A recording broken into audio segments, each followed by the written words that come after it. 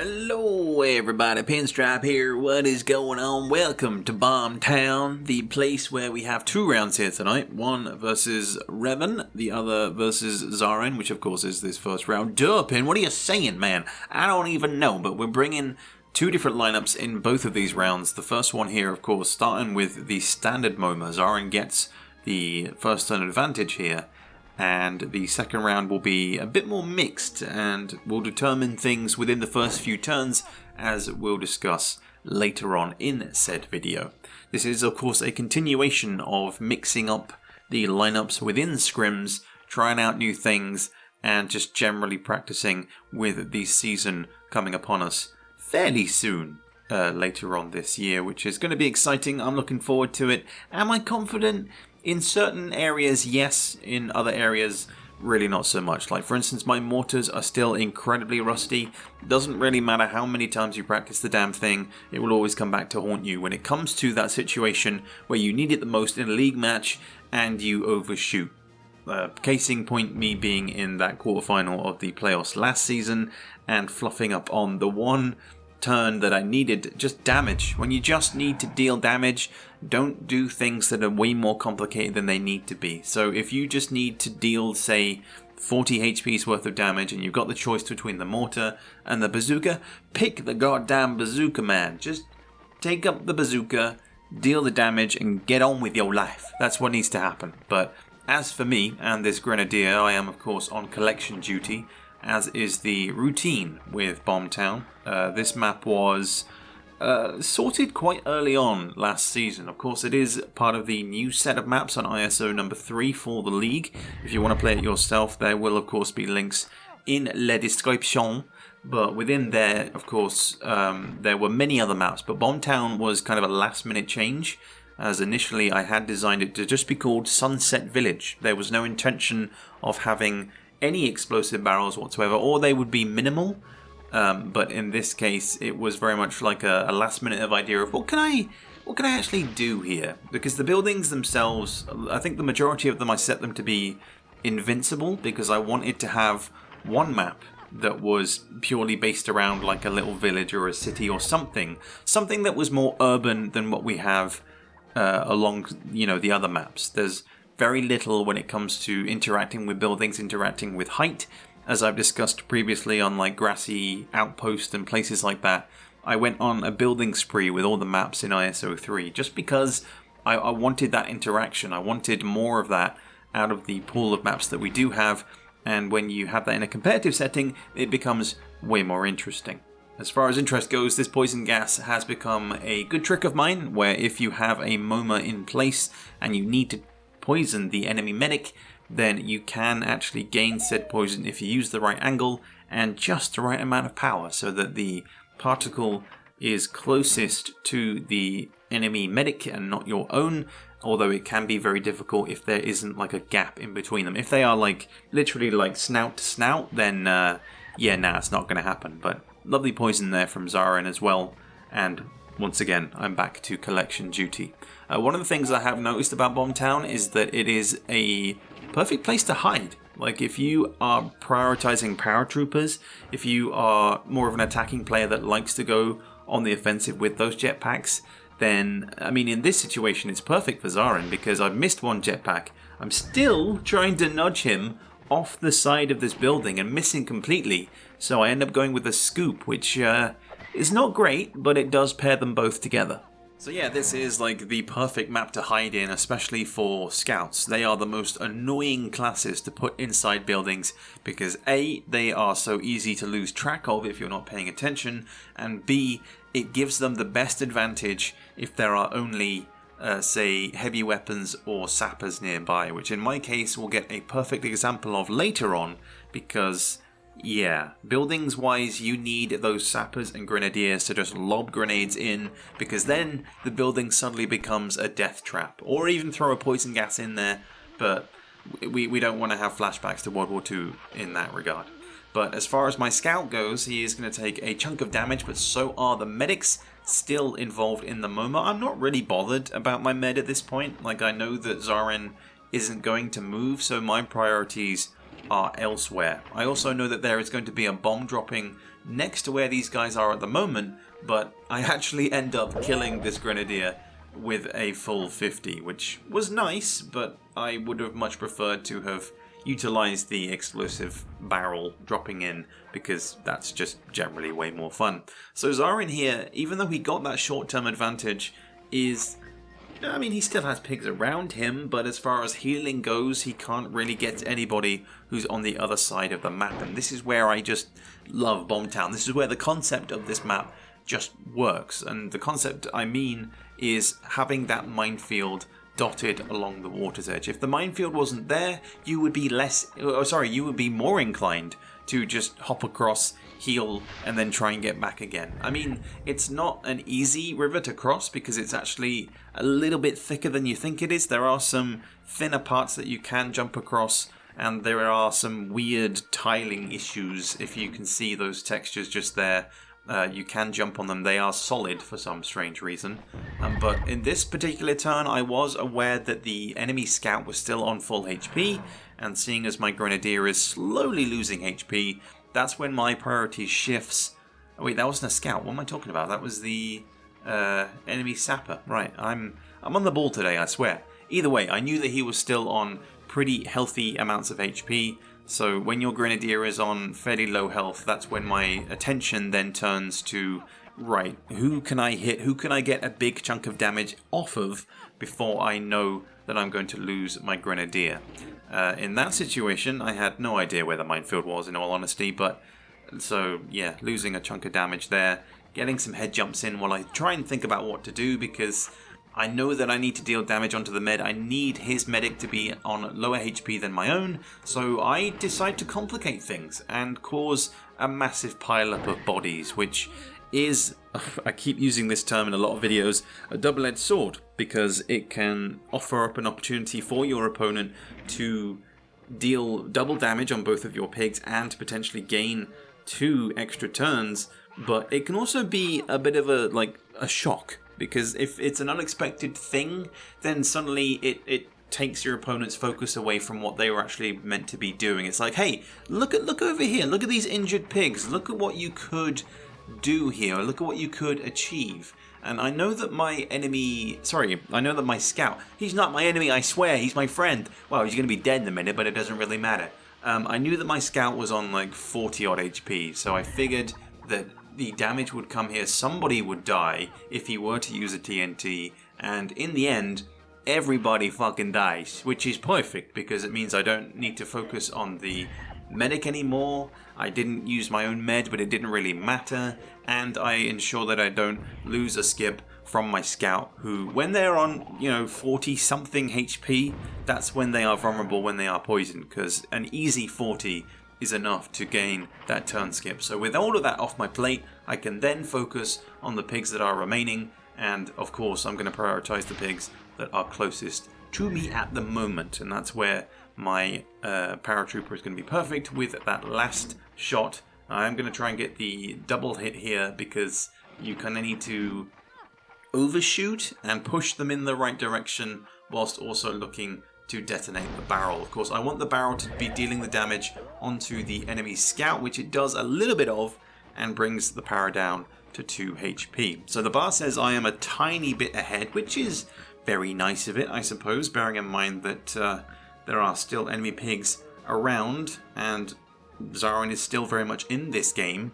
But if you notice that building that is in front of him that contains both a poison and a high explosive barrel, originally that was meant to be just completely closed off, and it was meant to be filled with way more barrels. That was meant to be like a kind of a death house, where if you could like scoop dudes in there or push them in there with jetpacks, then they would just be locked in there. Like if you don't have a jetpack, you ain't getting out of there, not unless you're able to do some funky jumping.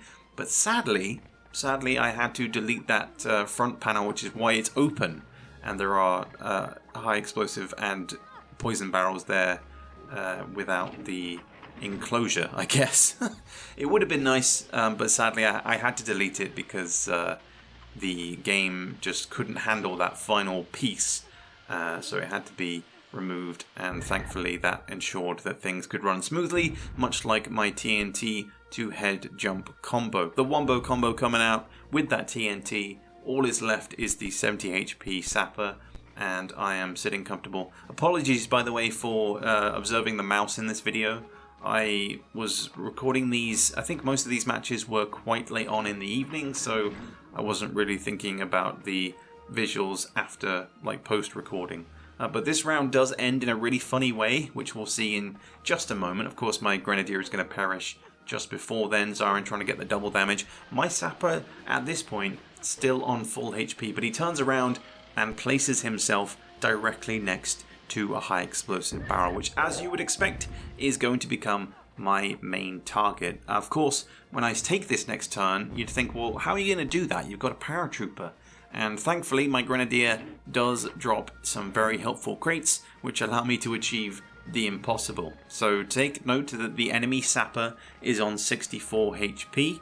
I am then going to collect the sniper rifle, just the ×1 as well, and rather than hitting him with whatever weapons I've got, I'm like, screw this, let's hit this, blow this up, and what do you know, it deals the full 64 damage needed to kill him. I don't know, Hogs, man, it can be funky.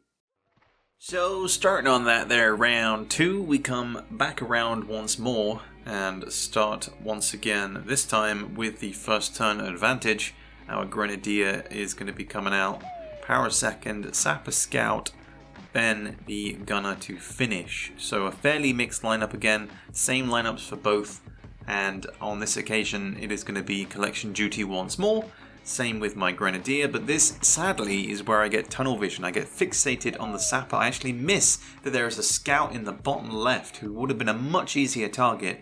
And even though I knew that I could hit this, even though I knew the power levels, I still mess it up. And that, for a first turn start with a Grenadier, is just a massive, massive advantage to your opponent. When we're talking about Pro League, that kind of mistake is sometimes an automatic death sentence. You can sometimes gain a foothold back into these kind of matches, but when there is no med, when there is no mixing, damage is key, and if you don't strike first, then you are obviously at an automatic disadvantage, as my Sapper takes a massive, massive chunk of damage. And even though I am still collecting health and weapon crates, I am seething. Not with rage, but with sadness, because that would have been just a perfect start to the beginning of this second round, and of course it would have been a beautiful shot too, because I was proud. I was proud that I could make that distance. I knew that I could make that shot, but the timing was off, and to make matters even worse, you think this is going to be a perfect hit, but nah.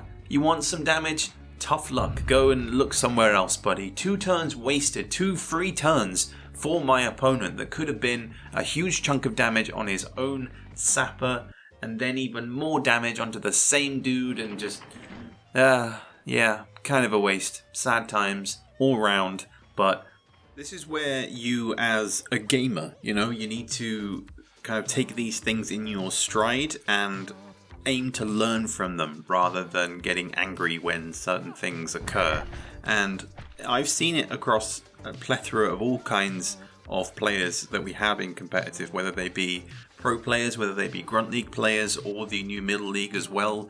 Everybody gets frustrated with this game because sometimes it can feel as though everything is against you, as though the momentum it's just like immediately shifting to the other player after like 1 or 2 mistakes. And that can be true. You can feel that shift when you are in that state of play, but it's very much up to you to analyze where you went wrong and just learn from those mistakes going forward. I know it's easier for me to say, given that I have played in every Pro League season that I have played in, I have made it to the playoffs, and that has always been what I have aimed for as a pro player. I've never aimed to make it all the way to the final. I've never aimed to make it to the semi-final. I just try and get through the group stages, and then whatever happens after that is up to the gods. And I feel, even though the matches that I have lost in the past have been close, some of them haven't. I've been hammered 3-0 in a best of 5 game in the playoffs a few seasons before, you know, the infamous slip, of course. I talk about that in depth because I find it fun to just laugh at myself, right? I could cry at that every time I see it, but it's funny to see it's funny to see a pro player who makes tons of videos on Hogs, and then when they are in the limelight, when they have that situation where they could really make a difference, and then you end up slipping, you end up just fundamentally doing the worst thing possible that is so easy to get around, but you mess up, and that includes bridges too. We've seen where my pigs have died on like square off because I haven't been able to jump across the bridge.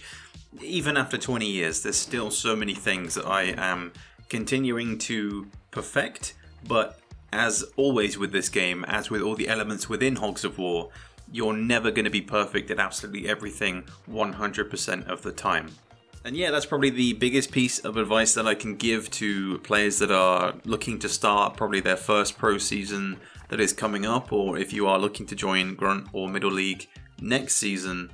I would advise setting yourself those personal goals. If you want to go for glory and you aim to make it through to the final and bring home that gold, then by all means go for it. But my own personal opinion is to kind of condense that down into something that you feel, based on your own skill level and tactics, is achievable, and anything else that happens after that is just for fun, right? I never go into any season with the expectation that I am going to win this season, right? Because Hogs is just, it's too unpredictable. You cannot predict what is going to happen. You can practice 1,000 hours and come out with like 2 wins and 4 losses. You know, you could bring your absolute all and come away from it feeling as though you've just been slapped in the face with a wet fish. It can be very, very unforgiving, but that is something that, as I said earlier, you just need to try and shrug off and learn from, because there are so many other factors involved in the opponent that you're facing, whether or not you are player 1 or player 2, obviously the map that you're playing as well. There's too many unpredictable factors that can end up having a game that you can feel confident in and then just be blown away within the first 5 turns, and suddenly the momentum shifts, the fun is removed, and that is where I feel a lot of players, when it comes to progressing from middle to pro league, can sometimes fall out of love with the game because it just doesn't become fun anymore. And it is based on your own personality as well. You know, it's easy again for me to say that if you're not enjoying it, or if you get angry at this, you know, don't get angry at it. That's so easy for me to say because everyone is their own person and everyone deals with the stress or crazy fluctuations within a Hogs competitive match differently, you know? Obviously, with more experience, you think there would be more wiggle room for that, right? But I have seen good friends of mine that have been playing this game for the same amount of time that I have, competitively, walk away from a match just absolutely frustrated to hell. And it's so weird to see when it happens because it takes people out of their normal calm element. And suddenly they're just like, well, I got absolutely hammered. I'm done with this for today. I'm going to go lie down and cry into my pillow, which is perfectly fine. You know, you're allowed to do that. Everyone can do that.